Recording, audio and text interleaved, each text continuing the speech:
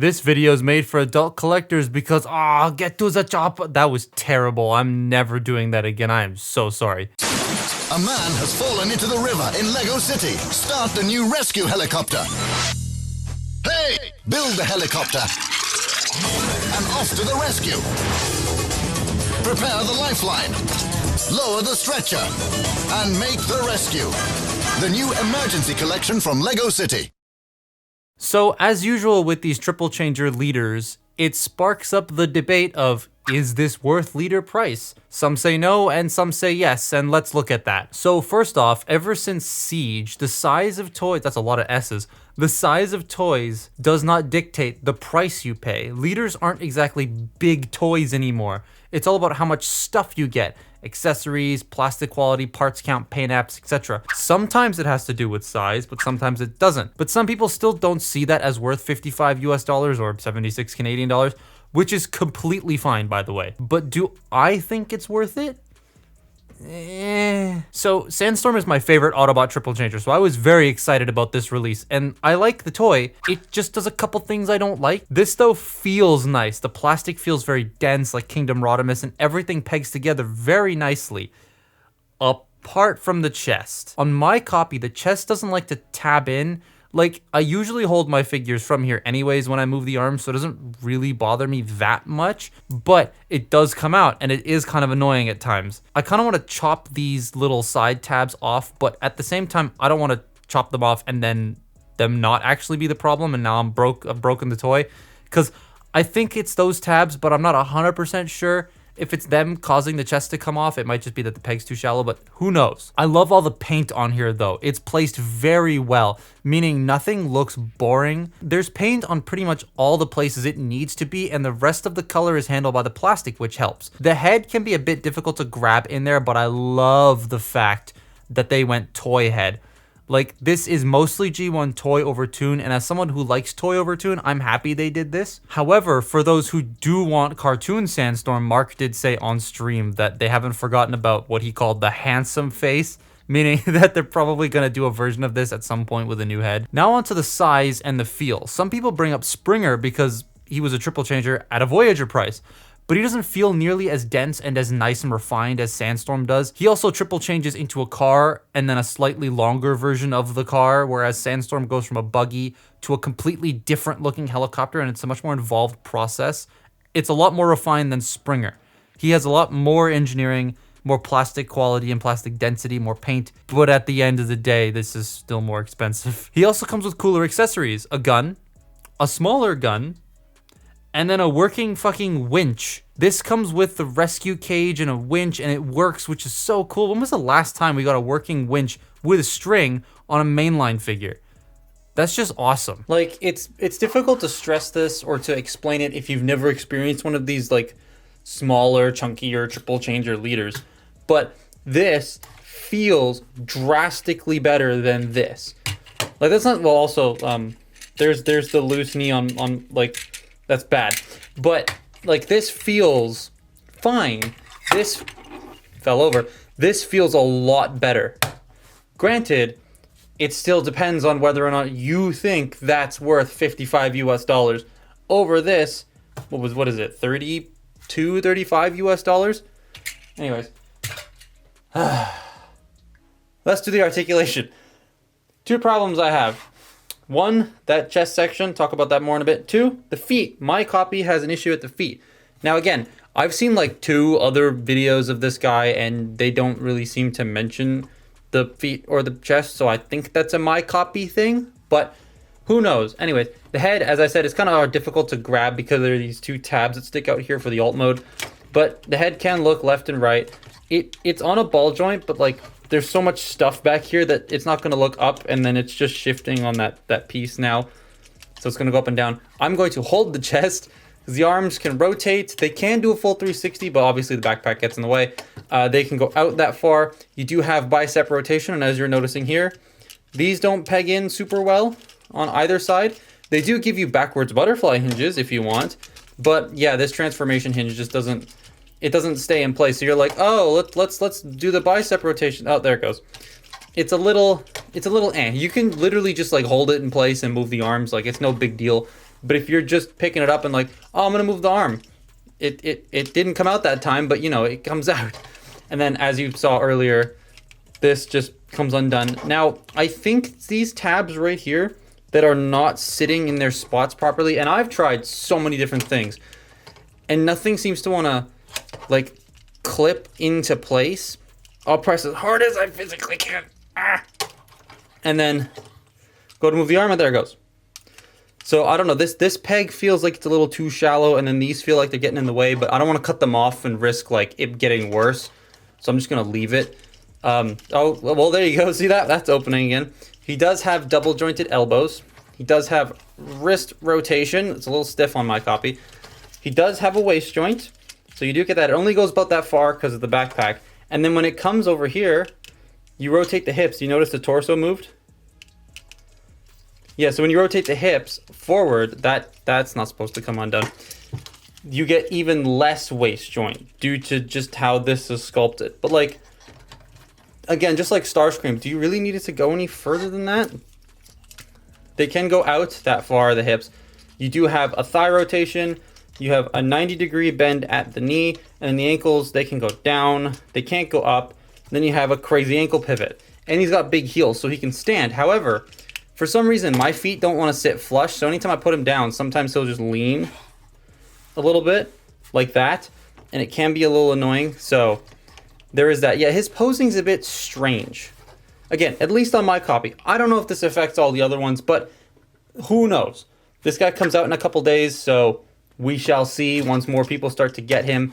I have a friend in Singapore who was able to pick one of these up at one of his local stores, and he hasn't really reported any of these issues, but yeah, mine has weird feet and a torso that doesn't like staying in place. So yeah, the robot is neat, but it has a couple of issues. It's still a ton of fun, but now let's get on to that buggy mode. Alright, so the transformation into Dune buggy mode is the G1 toy with a lot more steps involved. All the limbs end up in... I'm standing on my charging cable for my laptop. Let's fix that. But yeah, all of his limbs end up in the same places, but the steps to get there are different. It actually borrows engineering, surprisingly, from the Siege Seeker mold in the arms. So the first thing you're going to want to do is straighten him out first. I like to do the legs because they're easy. You just peg them together, fold up the feet, fold this section down, and then collapse them on the sturdiest sliding rails I've ever seen in my life. Like, these feel so solid. I love that. Then you take the chest section right here, you bring it forward, and then it will peg into the knee pads, or what was the knee pads, like so. Then you fold these sections down. Now we'll do the head. So you bring this section forward, right, like that. The orange is playing hell on my autofocus. Then you bring this back, bring this up, and then these will peg into here. Don't focus on the wheel, you idiot camera. There we go. And it'll just peg in like so. And now we'll do the arms. So you do Siege Seeker. You compress it, you focus on it, there we go. You open up the arm, fold in the hand, close the arm up, bring it in, fold it down, and then it will peg into place. But this forearm thing is the Siege Seeker mold, and it's really cool because that transformation, when it clips in, is very, very nice. It's a very interesting and effective way of folding up the hand, and I like it. I like the fact that they used it here. So there you have the Dune Buggy mode. You can't see that. That's too far. That's too far. There you go. There you have the Dune Buggy mode, and you're like, oh, where does all this extra shit go? Well, this little cannon thing can store underneath here. Kind of hides it away. The cage comes apart into 3 pieces. The winch goes inside here. The cage slides over the winch. Just get the actual like tow cable part out of the way. We'll slide over that like so. There are these little grooves right here that it slides into. And then this section goes underneath here. There are 2 tabs on either side that will peg into 2 slots underneath here. So you put it in this way, sort of bring it in, and it will sit underneath. And then the gun does your traditional Transformers, plug it on top, call it a day. But there you have the Dune Buggy mode. The fact that the cage disassembles and stores in the alt mode the way it does is super cool. And now he has like a little tow winch on the back too, which is neat. Anyways, and they did the PVC tires on this thing, which is cool. And they're pinned, so he rolls very, very well. He is lifted at the back, and that's just how dune racers / dune buggies are, so I'm okay with that. Not a lot of new details are exposed in this mode. It's basically just the robot parts again. But the chopper, now that exposes a lot of new stuff. Also, next to a Halo Warthog, yeah, this weirdly works. Anyways. All right, so Helichopper. God damn it. So helicopter mode, getting it there is a lot more involved, and my camera's like all crooked and weird for me. I can't see what I'm doing. I'm just gonna get into it. Remove all of the accessory bits. All of that has to come off. This isn't parts forming, this is removing the accessories. There we go. So, the next thing you're gonna wanna do is you're going to want to untab the arms and just bring them out. Don't fold that in just yet. Bring them out and close them up. Get out of here. And then you're going to take this section, fold this in, and then you're gonna take the head, bring it out, all the way out, and then compress it. Now this is robot mode configuration. You want chopper mode configuration, which means you gotta push it all the way in until it's flat. And then you just sort of bring this up for now. And now what we're going to do is the very interesting thing with the wheels. So you take this one, right? You rotate it 90 degrees backwards, and you fold it up. You take this one, you unpeg it, and you rotate it this way again, but leave it down here. Then you fold this up, and just sort of flatten this out.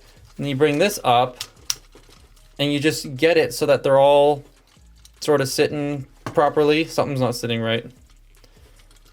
There we go. Because these are supposed to tab into these silver parts on the legs. There we go. And then you have this section right here, which sort of fills out the underside of the chopper. I like that a lot. And then this just kind of sits there. And then these arms will peg into the side like so. Now we get onto the fun part, the backpack. This is actually very satisfying to do. So to start with, we're going to bend this section back.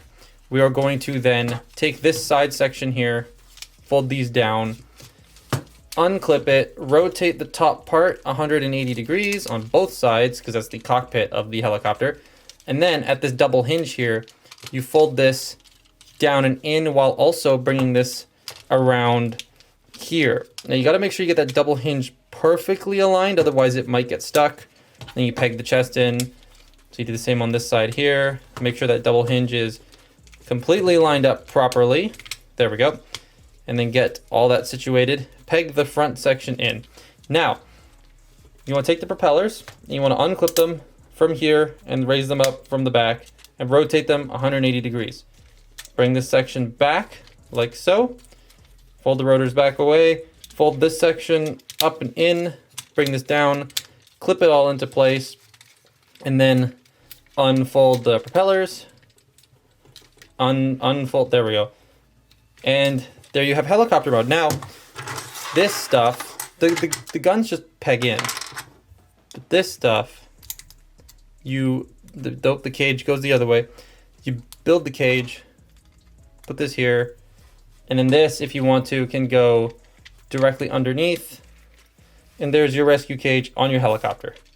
Yay. That is such a nice chopper. That looks so much like the original toy. It's great. I love it. Everything is super enclosed and feels solid. I love the dedicated panels to cover bits of the buggy up that otherwise do nothing in the other modes. And I love how the tires fold to form the bottom of the helicopter. He still rolls well and can use the winch a lot better here, coming from the bottom and actually working like a rescue winch, which is great. I really like this chopper mode, like a lot. But as a whole, I personally don't think it's worth the 76 Canadian. Like, Blitzwing I like a lot. I lost him. I don't know where the fuck he went. But I like him a lot. And this feels less compromised than Blitzwing, but there are still a couple of things it does that I wish it did a little bit better. Like the 10% off GameStop price on this, I'm totally okay with paying. But full price, it's definitely too expensive in production to make as a Voyager. Like, this wouldn't fit that price point at all. But as a leader, I think it needed a little bit more. Like, maybe throwing in the option to change the head to the handsome face, like having an optional head, would have made the price feel a tiny bit more worth it. Or including, say, a melee weapon or blast effects or something like that, just to fill that price point out a little bit more. Would have felt like a more complete package. But that's my look at Transformers Legacy Leader Class Sandstorm. Follow me on Twitter and Instagram, and I'll see you next time. Bye-bye.